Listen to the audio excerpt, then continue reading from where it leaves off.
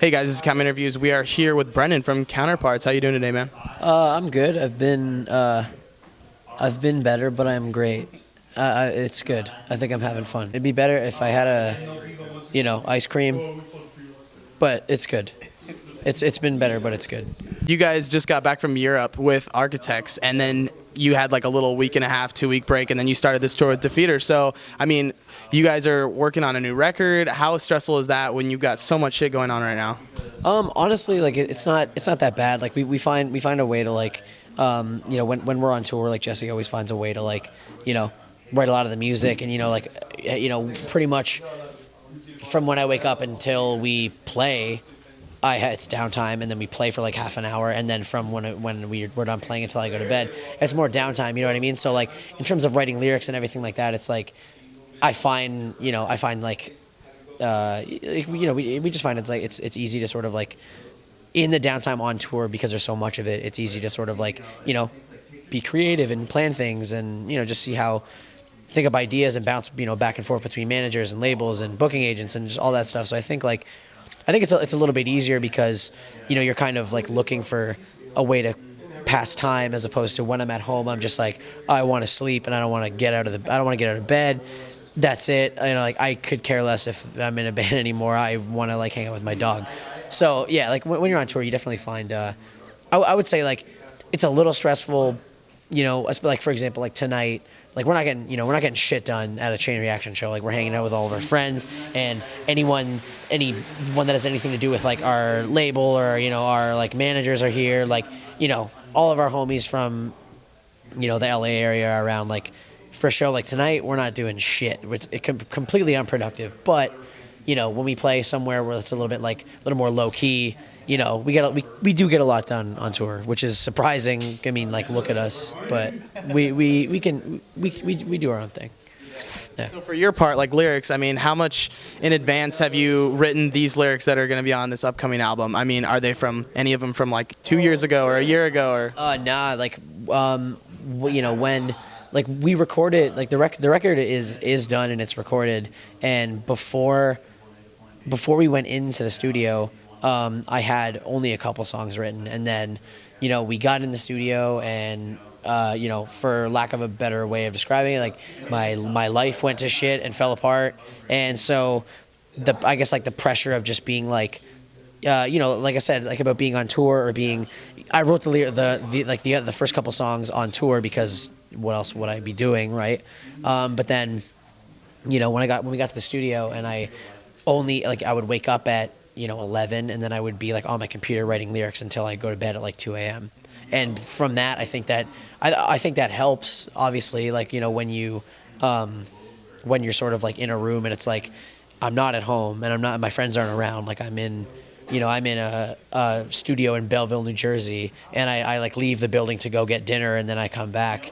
It definitely forces you to be creative, and especially if there's a deadline, and if you go over, you have to pay God knows how much. So, but yeah, honestly, not much was written, because I think my life was so normal, and I was so numb, that when everything hit and everything that happened, people will if you like our band and you download the record, you'll figure it out. You'll figure out what happened in my life. I'm not gonna run the tape out and bore anybody, but you'll get it. And I think up until that point, I wasn't motivated to write anything, and then going from being at home and not being worried about it to being isolated with feeling terrible. It's if I didn't write lyrics, I would have went crazy. So yeah, it's weird. The creativity, for me anyway, it always comes from really, really weird, unorthodox sort of places. I can't take my laptop into a Starbucks and hey, I wrote a whole record today. I can't do that stuff. But a briefcase. Yeah, right. Yeah, bring it in a briefcase and get my my venti, my skinny frap, because I'm trying to be health conscious. Soy milk, but yeah. So, I mean, for lyrics then, I mean, would you say that, past albums as well have had, kind of a darker theme. So would you say that, you kind of thrive off of that dark moment or these dark times. Absolutely. I think that the main sort of like driving force behind the lyrics of the band, like not the music. I don't think Jesse's a very, upset guy. He seems pretty happy most of the time.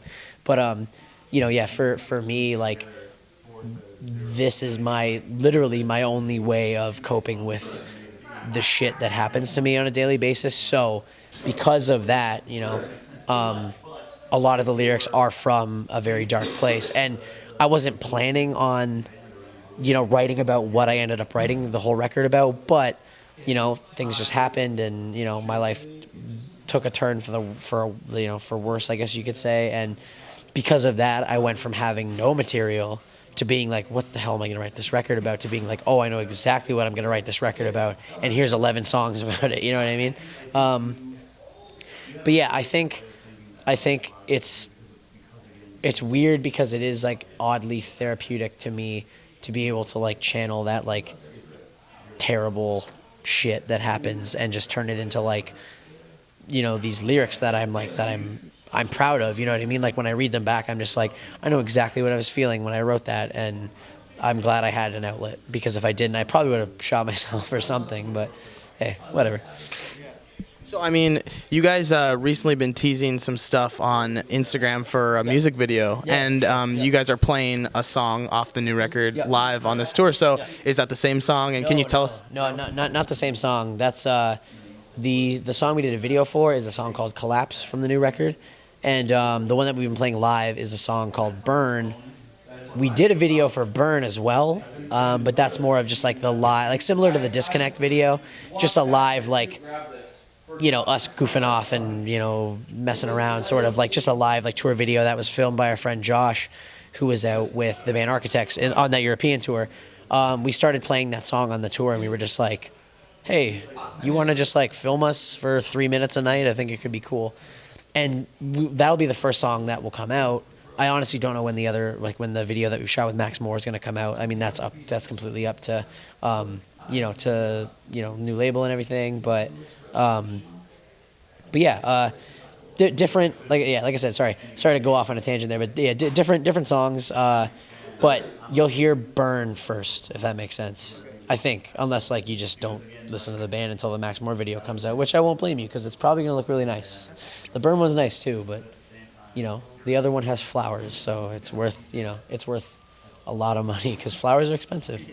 Flowers are expensive nowadays. Especially the good ones. Yeah, the good, yeah, like roses. Yeah, roses are top choice stuff. But all right, so in regards to the new video and Burn in specific, I mean, a lot of bands don't have control over what song gets released first and whatnot, like you're saying. Are you happy that is, the choice by the label and whatnot? You think it's a good representation of the first song? Absolutely. We sort of like, when it came time to pick, we had managers, label, every friend that we have that's in or not in a band, just like anyone that knows our material to an extent, we had them like, we gave them a couple choices between, some songs that we were thinking of being the first single from the new record. And it was pretty much unanimous. Everyone was like, no, you gotta go with Burn. Because it's like, the way we see it is like, it's different, but it's not scary different. You know what I mean? Like kids that like Counterparts and care about Counterparts are going to hear that and be like, oh, that doesn't sound like the other things that they've done to a T, but it's still, you know what I mean? Like you'd still be able to hear it, I think, and not know that it's us and go, oh, that's got to be like new Counterparts. Like it sounds like Counterparts, which is why, we could have thrown a curveball and played like, one of the softer songs on the record, or we could have played like, the song that's essentially like a minute and a half build up to like a breakdown from 2004, and we could have done that. But I feel like picking the first single for a record is scary because you want to gain new fans and you want people to start talking about your band, but you don't want it to be in a negative way. You don't want to lose people that are like, oh, Counterparts is my shit, I love that band, and then put out a new song where they're just like, well, forget that. Like, that was awful. You know what I mean? But the playing Burn live has also been a really good indicator because at the end of the day, like nothing's been released yet. So if we were playing it live and kids were giving us like the, like the death, like I don't get this stare, we could have just been like, ooh, shit, we made a mistake, so we're gonna go with something else. But we've been playing it, and like kids have been going wild, and like, there's been YouTube videos of it, and kids like already know the words, so it's like, it's cool. It's pretty much exactly like, I don't know if you remember what we did with the difference between Hell and Home. We put out that song Wither, and we started playing it on tour in the UK and Europe. Funny, and then a couple videos went up, and then kids started knowing the words, and then that was the first single, and then so we pretty much went with the same technique, not on purpose, but it just happened that way with Burn. So, really uplifting song titles too. Just Wither, Burn, you know how it goes. Just very happy. All around smiles. Smiles that would make a dentist proud. So, Full House soundtracks. Yeah. Full House. Some real Friends. I guess people like that show, Friends. They're happy, aren't they? I don't know. Chandler is happy, I hear. He's a player. Is he? Hey. I think. They all just have sex with each other. I think I think that the show is it's a glorified orgy, and that's all it. And they pretty much the entire basis of Friends is what they have to do to fuck in that fountain at the beginning and end of every episode. That's what Friends is about. So. Seinfeld's the same, but instead of the fountain, it's like, it's that coffee shop or wherever Kramer ends up. And they're just Jewish, so it's. I mean, yeah, they are, and I mean, I love Seinfeld. I like Seinfeld way more than Friends. So sorry, I'm tired of shows revolving around coffee shops and shit. I'm just over it. Like, just. Stretch your ass so you can fit as many Stumptown cold brew things in it as possible, and then you can do merch for us and start doing spoken word like our friend Trey, and that's pretty much all you have to do. Move to Portland because now I'm just making fun of Trey on film. So hey, sorry man, we really love you, and we'll give you like a $20 raise per week for that one. Those are some cheap shots. Speaking of spoken word, you guys have like these instrumental / spoken word tracks that on the last record. Do you have any of those on this record? I wouldn't say like, actually, yeah. There. I was gonna say no. There's a couple weird vocal based interludes. Nothing like Decay. Not like a big sort of like this is a spoken word track. Just like little segues between songs. I think with the record that we just did, we focused a lot more on making the record flow better, so that way when you put it on from the start, like you don't want to skip songs, and you don't want to, you know what I mean? Like you want to listen to it from beginning to end and be like, that was a record. That wasn't just 11 songs that they put in a random order. There's a couple on there. There's a couple talking parts. There's a couple, drawn out, metalcore, real old 2000s talking parts. Got to start doing this behind the back and doing that too. You gotta cut your hair too now. Cut my hair super short, bangs spiked up, like checkered belt, really go for that look, or just go the opposite, doing It Dies Today thing, and just have like the red tie and the. I love metalcore, that era, so much. It's the best thing that. Who else? Other than It Dies Today, who else? Oh God, pretty much any band that was on Trustkill or Ferret or any like Poison the Well, Misery Signals, what else? Unbroken Wings, any of it, like any of that, like that late '90s, early 2000s, I like the serious, just the heavy, you're disembodied and like that kind of stuff, but I also am a huge fan of just like the super cheesy, the band that just wears ties on stage and like full suits and our breakdowns for 90% of the material. I love it. It's so sick because those are, what I mean. I'm not gonna, I'm 23. I'm not gonna pretend. I'm not gonna be like that kid that goes to shows and pretends like I was going to shows when Disembodied were a band. Obviously I was 8 years old. I'm not gonna play that card. But when we started going to shows, like it was like the early Rise records and like the later Trustkill and the Ferret and all that kind of stuff. And that was like, that was what we, that's what we started going to shows to see, was that kind of stuff. So, and it's coming back. Apparently people are into it, so it's tight. Maybe people will finally like our new shit.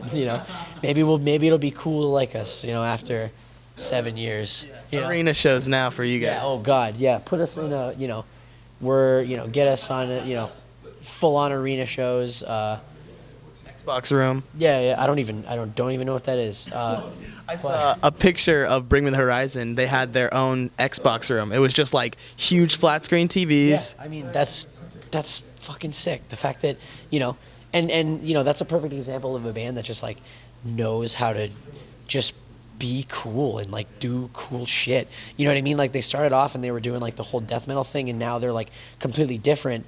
But it's like, who cares? They're sick. Like they're fucking tight. You know what I mean? Like that last that song Drown, like, is awesome. And like when I started, like we listened to that band when they were doing the death metal thing, and it's just like, it's so cool to see a band that I mosh to, having these giant arena choruses, and they're like playing Wembley, and there's like God knows tens of thousands of people there. Like it's like the coolest shit in the world, because like this weird world that we're in like shouldn't be that big. You know what I mean? It is, and it's so fucking cool. It's so cool. Gives me hope that maybe one day I might have more than $13 in my wallet at one point. I might have 15. 55 maybe. 55. I don't know. I did look at my SoCan. I looked at my SoCan royalty check from when we signed up for Profits until February 2015, and to the date I've made $58. So, hey teachers, remember when you told me I wouldn't do anything? Like, yeah, check me out now. I can like maybe get a bill at a restaurant for 2 people, not 3, because I want to be able to tip well. Get soda. Yeah, I'm not getting water. I'm not poor. We're going out, absolutely. Denny's only 246 menu. We're not. If you get the Baja chicken avocado thing, I will fucking. I'm not doing that. I will fucking straight leave. Avocado is high class these days. You can't. You have to be in a certain class to get guacamole now. You need to it's like Freemason shit. You have to like do a secret handshake, and they're like, okay, this guy's tight. Give him the brown and green mush. But I tweeted one time, I was like, yeah, there's like 3 different classes of people. There's people that go to Chipotle and get normal stuff. Yeah. There's people that go to Chipotle and get guacamole. And then there's the people that get guacamole and chips.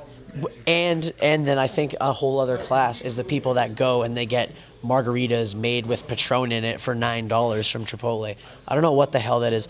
We're still holding on to the dream that they're going to give us free shit if we ask nicely. You know what I mean? Like, remember that? Like, I remember... we started touring America in like 2011, and that was like the thing. You know what I mean? Like that was like, yo, hey, Canadians, if you ask Chipotle nicely, they might give you shit for free. And we're like, all right, we'll give it a shot. And it actually worked a couple times, and then they just like, they caught on real quick to that shit, and that doesn't work anymore. But every now and then, you got to try. Back to the music. The worst part. Yeah, the worst part. The worst part. How have you changed lyrically from, I know we talked about how, it's similar, but how is it at all different from previous records? Just talk about that a little bit. I think I went a bit. I feel like if you've been paying attention to our band, like the first 2 records were very blunt and literal, to the point. Like, I'm bummed, this is why, kill me, boohoo, that kind of stuff. And with Difference Between Hell and Home was my first time sort of experimenting in a more of like a metaphorical, like more of like a, maybe not being so blunt so as to let the people listening to the band sort of make up gather their own meanings to songs, where it's not like, well, that guy wrote a song about his girlfriend and I don't have a girlfriend, so I can't relate to that song at all. You know what I mean? So I think that I definitely expanded more on that, and just like, I don't know, I've been listening to Purity Ring a lot. So like they write cool lyrics, and the 1975 a lot, and like they write some cool shit that's like, not necessarily metaphorical, but it's just cool, and it's like cool and to the point, and whatever makes me feel like whatever makes me sound like the kind of guy that doesn't do his button up all the way up and goes on stage with a bottle of wine. That's what I'm after. So I don't go on stage with a bottle of wine. you should get the Crippled Rejects reunion show. Let me know what Kyle Mooney wants to drink, and I will sit there and just pour it for him. I'll keep it on ice because he is literally means more to me than any other human being. I remember he told us, he's like, yeah, we're going to have a full EP show, like, because he had the 2 songs written. So he said, we're going to have 3 more, and then we're going to do an EP show. And I was like, holy shit. Sick. And you would have had to play drums for it, I'm sure. So sick. God, like, Kyle, like, just let me, like, let me live in your closet and clean your toilet, and it'll be fucking great. And then just pretend to like me for 3 minutes if you're watching. That's all I got. I'm going to tweet this to him. Hopefully he'll see it. Please do. I mean, if he follows you, he'll see it. We're talking about Derek from Defeater, not Kyle Mooney anymore. Not Mr. Saturday Night Live. We're talking about Mr. Alcioe himself. Dude, it's a native thing. It's like a Native American thing. Yeah. It's Ojibwe or Métis. Yeah, unfortunately, you're from Canada. You got a real asshole over there. What is, like, people keep saying people from Canada say I'm sorry a lot. What is? I feel we need to apologize a lot. I don't know. I just feel like if I'm walking and I bump into somebody and it's usually my bad, I'm just like, oh, I'm sorry. Whereas, like, if you're somewhere in America, people will just walk into you and then expect, and then you just fight, I guess, or do what certain American people maybe pull out your guns and measure them, and you're like, oh, your gun's a little bigger than mine, so we're cool. I'm not gonna, we're not gonna do this any further.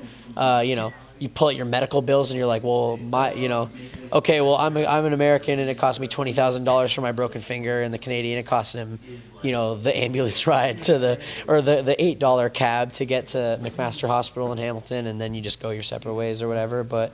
Talk about police brutality and feminism a lot. That's what we talk about. I mean, to be fair, they are two very, they need to be brought up because, I feel like a lot of people think that we are moving forward, but it's somewhat stagnant. And as long as anything that sort of keeps people thinking, like, like anything that sort of keeps people thinking, just keeps people thinking progressively. And hey, equality would be so tight if people actually believed the shit they said and people actually like worked for it, and you had people that actually identified that the world's kind of fucked up and we can like fix this if we get enough people on board. That's tight. But I don't know, I try my hardest to I don't know if curve people's thinking, and we're the kind of people like we're not like a political band in the slightest, and I'm sure we all have like varying views on topics like police brutality, but for the most part, like, just don't fucking shoot people. Like, just don't fucking shoot people unless they're really trying to kill you. I haven't shot anyone yet. I don't know, things might change. I don't even own a gun. My little brother has an airsoft gun. Oh, I've shot the shit out of him, actually. Yeah, whatever. Fuck it. Yeah, I've shot someone, not in a fatal way, but no, to like, I don't mean to make light of serious situations like that, but it is a very, very strange place, and like I don't think we have enough time. I think the venue wants to get us wants us to get the fuck out of here, but just I guess like stay educated on all those sort of things, and if you really care about equality, whether it's citizens versus police, or whether it's gender, or whether it's race or religion, or sexual preference, or whatever, like just be educated. Know what like, if you're about that, like, be about it. Don't understand that it's wrong and and be silent about it, because that sucks. That's like the worst thing you can do. But there's my spiel for the night. That's we can go back to talking about fucking ice cream or whatever we were talking about before. Are there any features on the record? That's something I want to talk about for a second. There isn't. No. We're kind of boring with that. I don't know. I feel like it never works out, because like we've done it where like people have asked. Great. I hope you got that one. But yeah, like we've done it where we've tried to work it out with people. To have them on our record, and it's just like, or sorry, other way around. People have, I've tried to be on like friends records, and it's just like, it's always like kind of just like a hassle. So I don't really want to put other people through that. You know what I mean? So yeah, sorry, boring. It's just me. It's me. Yeah, it's straight up only me. No one else even sings. I mean, Alex left and Kelly isn't singing on the record. It's only me. It's only me bitching for 35 minutes about stupid things. Lastly, what is your personal favorite off the record and why? The new record? Yeah, the new record. Tough. I really like. I mean, the record as a whole. Like, as lame as it is to say, like the record as a whole, I think it would be really hard for me to pick one because all the songs sort of need each other. Because like I said, we did really try and write a record, not 11 songs that just go together and are just grouped together. We really tried to like make it a real thing. I mean, there's like I said, the song we did the video for, Collapse. That's a really cool one. Very personal. All the songs are. We have a song called Choke that I wouldn't say I'm like necessarily like proud of the lyrical content, because it's like it's pretty dark, and it comes from a very, very dark place, and it's a song about two people that I used to love and care for, that I just could not care if they are breathing right at the moment anymore. And like I said, that's dark, and I know I probably sound like very spiteful, and I am, but that's just how I sort of cope with it. And I think that I sort of needed a song like that to just get it out of my system so I could like carry on, But as a whole, just jam the whole record. Jam the whole record, and make fun of me for it on the internet. I'd appreciate it. Yeah, I mean, sorry, that was supposed to be the last question, but is there a ballpark estimate of when it might come out, or an album title even? We're aiming for the summer. We're doing another American tour around the end of July, early August, and as it stands right now, we're trying to have it out for that tour. But, God knows what. The vinyl pressing plant could blow up tomorrow, and it'll push it back by 3 weeks, or ahead 3 weeks if they, rebuild and make it a better pressing plant than it was before. But yeah, it'll be out like, it'll be out in the summer. I'm hoping by the end of August at the absolute latest, but before that would be ideal. The record's called Tragedy Will Find Us. I haven't really said that anywhere. I mean, if you put two and two together, it's on the back of every single shirt that we printed for this tour. But yeah, this is me. This is me letting. This is the exclusive. This is like the real deal shit. Yeah, the record's called Tragedy Will Find Us. Because it will, and it'll fuck you right up. Because it did it to me. On that note, guys, you make sure to pick it up, and late summer, I mean. Yeah, whenever you can, honestly, even if, download it or do whatever the hell you want. But yeah, just give it a listen. And, I hope that people can appreciate it as much as we are proud of it, if that makes sense. You know what I mean? Because we, obviously, every single band's going to say this, but I really do think this is like the coolest shit that we've done. And I think like, with Difference Between Hell and Home, we found what we needed to be doing since we started the band, and we realized it with the last record. And I feel like the record that we just did, Tragedy Will Find Us, I feel like that's an even better compilation of what we need to be as a band. So I hope you like it. If not, I don't know, if you bought it, fucking hold the jewel case up to my head and smash it and just fucking take me out or whatever. But I don't know what to tell you. Like, I hope you like it. If not, just come stab me or something. He'll be at the merch tent. I'll be around. Yeah, I'm easy to find. All right, guys. So make sure to check that out. And thank you so much for having us for the Cayem Interviews exclusive. Thanks for caring, man. I appreciate it. Crippled Rejects 10-year tour. I hope we get asked for, I hope we get asked to open it up. Yeah, dude. Direct support. Oh, baby. Just direct forever. Peace. All right, late.